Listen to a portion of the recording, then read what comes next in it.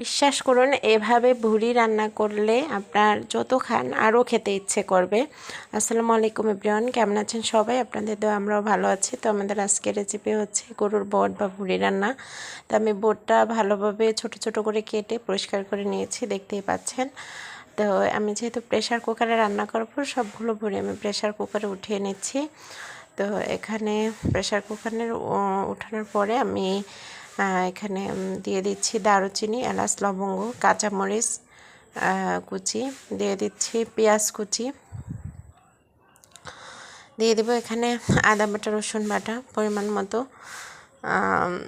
দিয়ে দেব লবণ পরিমাণ মতো, হলুদ গুঁড়া, লাল মরিচের গুঁড়া, দিয়ে দেব জিরার গুঁড়া, ধনিয়ার গুঁড়া। যেহেতু আমি মাখিয়ে করব তাই আমি হাতে মাখিয়ে নিচ্ছি মশলাটা। তো ভালোভাবে মাখিয়ে নিব, কেননা এটা এভাবে রান্না করলে সময়ও কম লাগে, আবার রান্নাটাও খুব মজাদার বা টেস্টি হয়।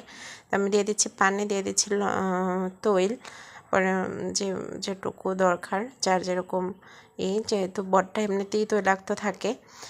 তো আমি সব কিছু মিশিয়ে নিচ্ছি। মেশানোর পর আমি যেহেতু প্রেশার কুকারে দিয়েছি তাই ঢাকনা দিয়ে আমি কয়েক সিটি পর্যন্ত অপেক্ষা করব।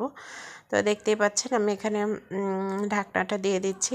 কয়েকটা সিটি পর্যন্ত অপেক্ষা করে এই তো আমার রান্নাটা এই অবস্থায়, বইটা একবারে সেদ্ধ হয়ে গিয়েছে। তো আমি একটু লাস্টে একটু ফোড়ন দিব, এই জন্য আমি পেঁয়াজ ভেজে নিচ্ছি।